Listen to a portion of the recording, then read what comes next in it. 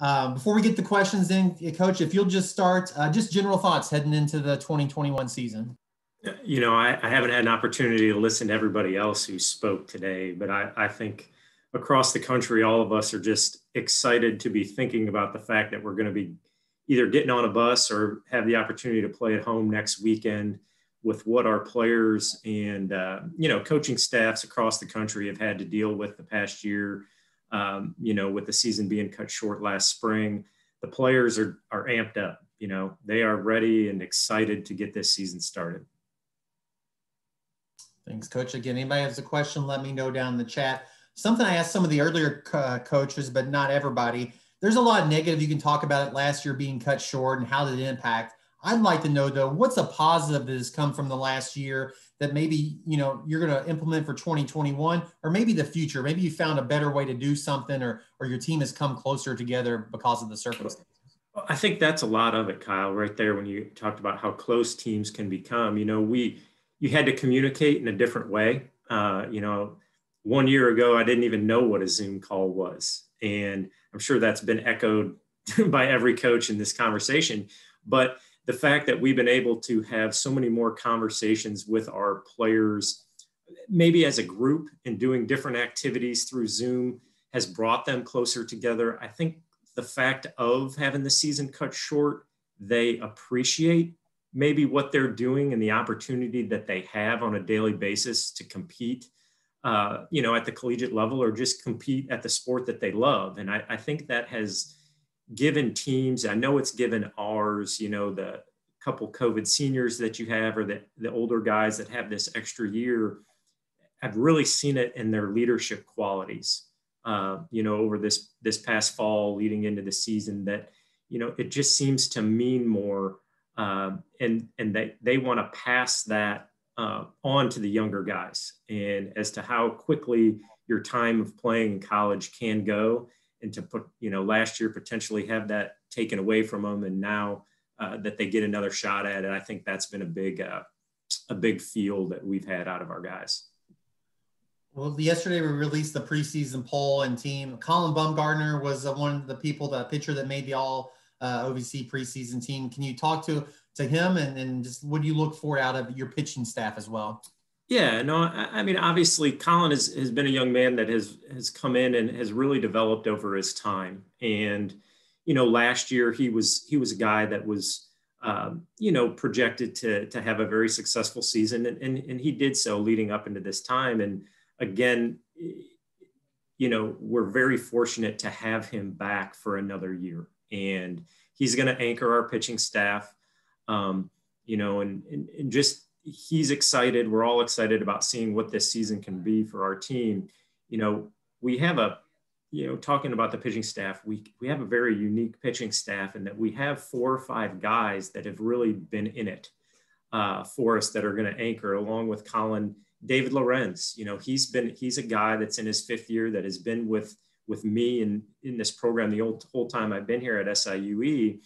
And he brings that veteran leadership that he'll also be a guy on the weekend for us. Braden Bone returns out of the bullpen for us. And, he's played a huge role for us last year in the shortened season. Robbie Parks will also be a guy out of the bullpen.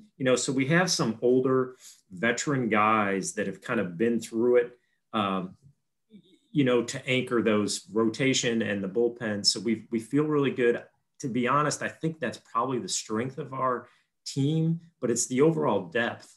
I could go through a long list of guys that we feel like can really compete and help, with what we've got, but it's a really good mix of some veteran guys with some new young blood. So it should be exciting for them. One of the other coaches mentioned that where they were heading into the beginning of the 2021 or 2020 season to now, while it stunk to have the season cut short, they probably got better. They got more experienced. Would you say that about your team? You've had a chance maybe to come together and the 2021 team's better than what it would have been maybe last year.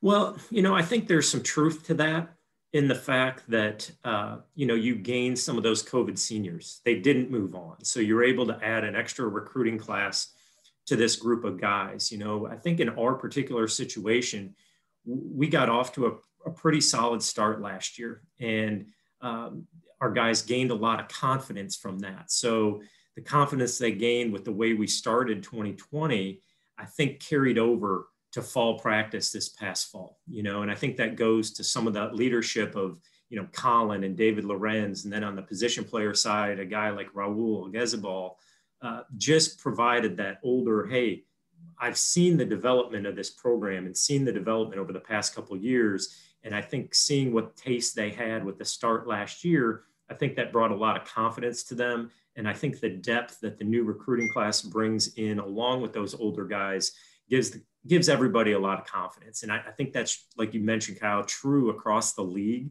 So I think it's going to be really fun and an exciting competitive league as we move forward. A question here in the chat. How has your preparation gone despite the bad weather and your inability to get outside a lot?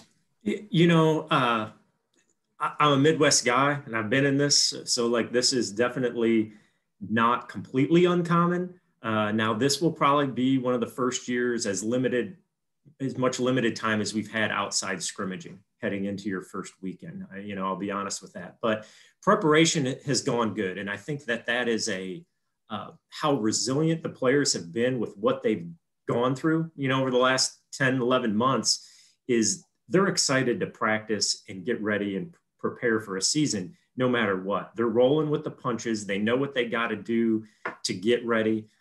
You know, we've been very fortunate here facility-wise that we've been able to get indoors and do some things that are very productive. Having a turf facility helps us. You know, even when it is a little chilly, you throw the stocking cap on and hooded sweatshirt and get out there and get some work done. Our guys have been very, like I said, resilient, flexible with being able to do those things. So there's no excuse here when we start up next weekend to blame something on the weather. I think we're fully ready to go.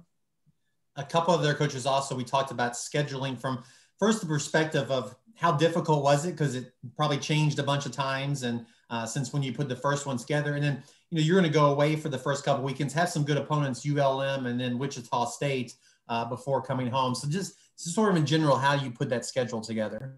You know, there was a lot of question marks, you know, as you were working through it. But the early non-conference stuff, you know, every year we go south those first 2 weekends.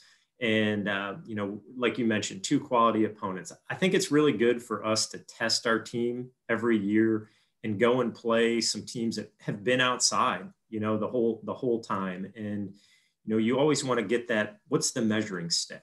Where is your team at? And you got to find how your team's going to compete and see what you have in players. You know, we can scrimmage against each other. I mean, we had a couple players talking yesterday. I'm tired of facing our hitters. And then some of our hitters are like, I'm tired of facing our pitchers. And I hope that's because we have a really deep pitching staff and that our hitters feel like, man, I'm running through the gauntlet day in and day out here. And I just want it to be a different color uniform. So I think that's a little bit of it, but no, we got a challenge down at Monroe. You know, Wichita State, obviously they got off to a tremendous start last year. And I think that the expectations for them are very high, you know, but I feel good about going to play these teams and see where we're at, you know, and fortunate to get a home series the third weekend of the year before we start OVC play. And one thing that's unique, as you know, and you've been a part and with Travis, with the OVC and scheduling midweek games in different conferences across the Midwest here that have altered their schedules, have made things a little bit interesting. But I think when it all shook out here in the last couple of weeks, we've been able to put a very competitive schedule together, and we're really excited about it and getting started. End on this question. What will have to happen to get your team in the OVC championship race? What kind of things need to make you a contender? Yeah, well, you know, I think it's all about, you know, the simple parts of the game. You got to pitch it well, you got to hit, and you got to play good defense. You know, I truly think that we're making steps in the right direction. You know, one of the things we talk about to our guys, and preseason polls come out, and you can look into those in any way you want, but you got to earn the respect of the people in your league.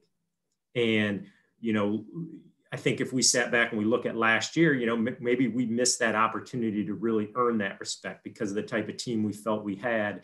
And we just build on that. And, you know, we think that we have a veteran pitching staff that can help carry us a little bit and give us an opportunity to really compete in this league. You know, our offense is unknown. I mean, let's be honest, we started 4 or 5 freshmen last year, and, you know, and they only got 50 to 60 at bats in that time with some new guys mixed in there. It is as deep an offense position player wise that we've had since I've been here. We're very versatile as far as mixing and matching where guys can play all over the field. So it has a chance to lead to a very exciting brand of baseball for us. But time will tell when it comes to that. You know, I think as I listened to Dave talk about how the depth that's across our league and what other coaches have done. And, you know, I've got to give credit to my assistant coaches, Brandon Scott, you know, in helping and recruiting the roster that we have and the development of the pitching staff on his side, and PJ Finnegan, who joined us last year and what he's done to help our offense and our position players. It's been really good to see this start to come to fruition, I guess. Coach, thanks for your time this morning, and best luck to your team this season, and best of health and weather too. I appreciate that. We're excited to get started, and I appreciate you giving us the opportunity. Thanks, Coach.